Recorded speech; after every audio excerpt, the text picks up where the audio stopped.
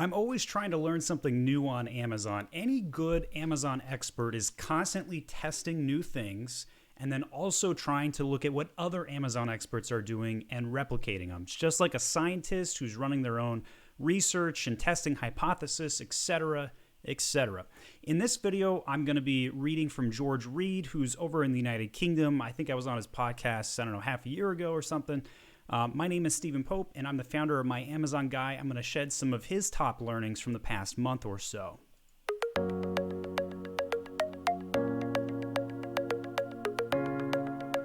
So the website is Launchpad Academy, and every Wednesday he posts 10 things that he learns. I'm going to peruse some of those things. You can find him on LinkedIn. He posts a lot of stuff there too. So the biggest success factor on Amazon plus seasonal PPC tips is what he titled his December 9th post. Creating an ad on Amazon campaign with just one keyword in it, he asks. Utter madness? Perhaps not. The theory boils down to being granular with your campaign structure and also being well organized. So I actually agree this is a good idea. It's all about segmentation. So back in June of 2019, there was an algorithm update where Amazon changed like how the relevancy worked with advertising. So prior to June of 2019, I would shotgun my advertising approach. I would put in hundreds of keywords into the same campaigns, and I would have phenomenal success because good keywords rose to the top, bad keywords went to the bottom. We paused, we up bids, etc., and it worked out. Today, the opposite is true. Due to relevancy, you're better off having way fewer keywords in your campaigns, and it's okay to have 1 to 3 keywords in a campaign. I would test it out. Everybody's going to have a little bit different results. There's not a one-size-fits-all when it comes to advertising strategy. So he goes on, set placement bids, adjustments for each individual keyword, have full control of your budgets on a granular level, and always have the performance data in mind when opening the advertising console. Campaign data equals keyword data. So I would not do one keyword per one campaign 1,000 times. I think that there's probably maybe 3 or 4 keywords you would want to do that for on some of your top sellers.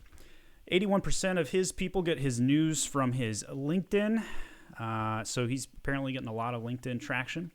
According to 99 Designs, there's been a shift in 2020 in the effort brands are going to create an enhanced, unique experience on their websites.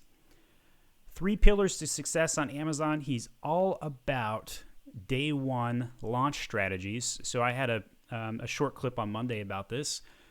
Helium 10 did their big investigation on like when you should create a SKU. So I think a lot of his content is in line with that. So create the SKU at the last second and ship and go live within 24 hours is kind of the new mantra. We're seeing lots of different experts talk about that. Main image importance increasing in importance, and we've known that's been really important for a long time. One of my favorite tips on this is to crop the photo so that there's no white space on top and no white space on the bottom. Makes your image look bigger, your product look bigger, leads to more clicks on the search page.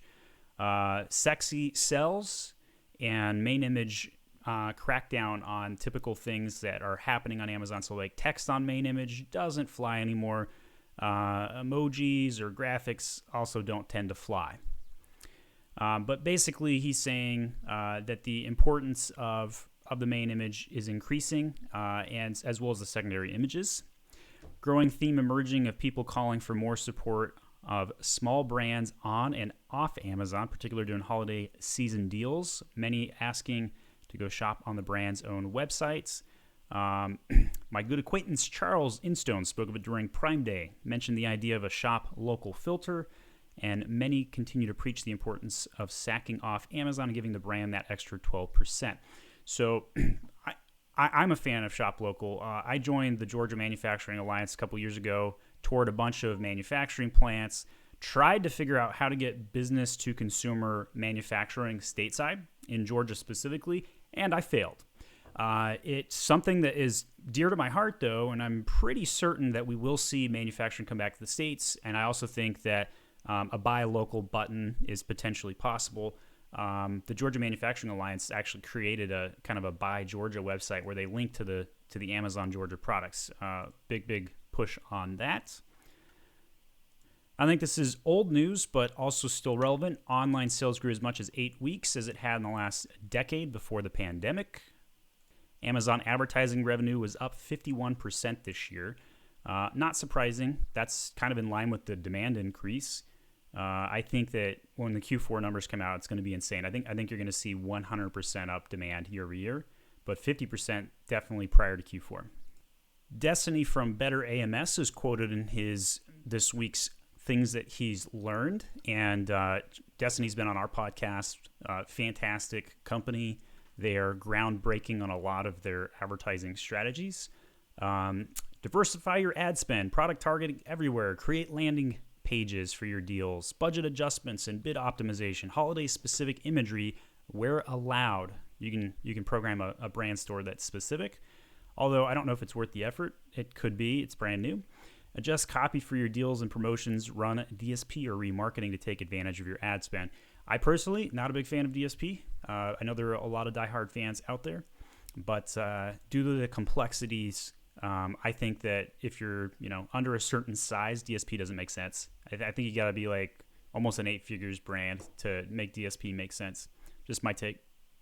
Reimbursement services are a sound investment for every seller. So a little small plug for my refund guy. So we actually partner up with a sister agency to cover this. It's a commission-based service. Get your first $500 back. Can't speak. $500 back, no commitment. And we go and basically ticket Amazon and download all your reports and figure out like which items are damaged, lost, refunded, issues, lost shipments, all that good stuff. myrefundguy.com.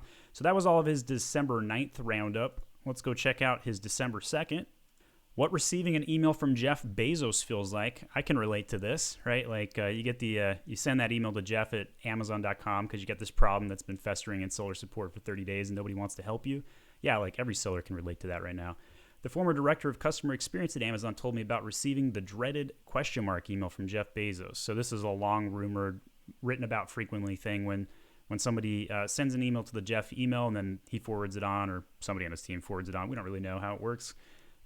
Stefan Haney was this week's podcast guest, and what a belter it was. He's the third director I've had on, and recently I've been asking myself, what the cuss word want them to come on the show, because let's be honest, he's a veteran. I like the jeez, okay, I'm not going to read the rest of that. Let's go to the next section. Stress point for making sure you're running your Amazon business well, because you never know when you're going to sell your company. Business acquisitions are through the roof. There's a company called Flex. They raised $70 million. We also know about Thrasio. There are many, many others. Even Helium 10 was acquired, I think, sometime in the last year. And then we also saw just mass acquisitions, and companies are gobbling each other up. And that's because they're undervalued right now. Your Amazon business, probably undervalued. And your value of your company is going to go up next year. Not a good time to sell. It's a good time to buy.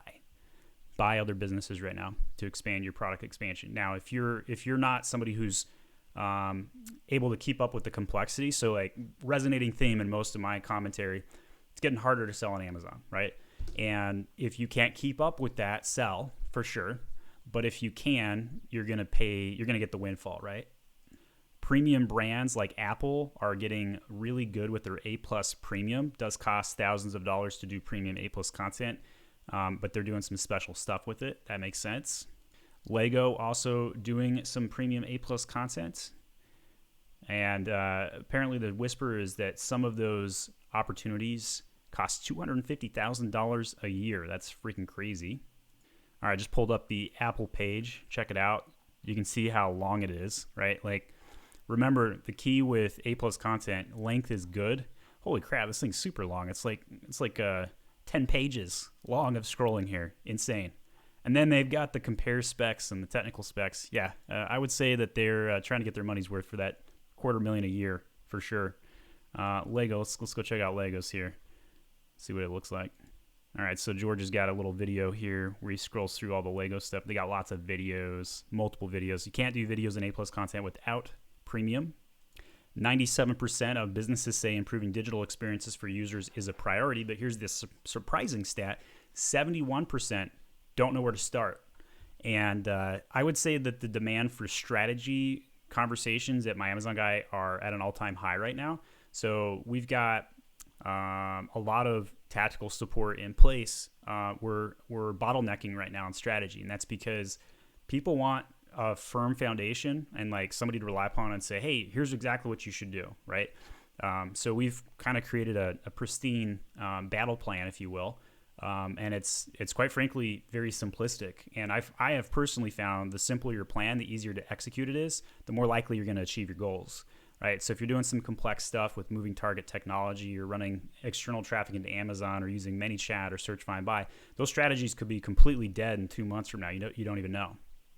U.S. retail stores, that is, fell 52% on Black Friday. Shopping on U.S. retail websites, however, rose 22% over last year to $9 billion. Cyber Monday had an estimated spend of $10.8 billion to $12.7 billion. It's expected to be the largest online sales day in U.S. history.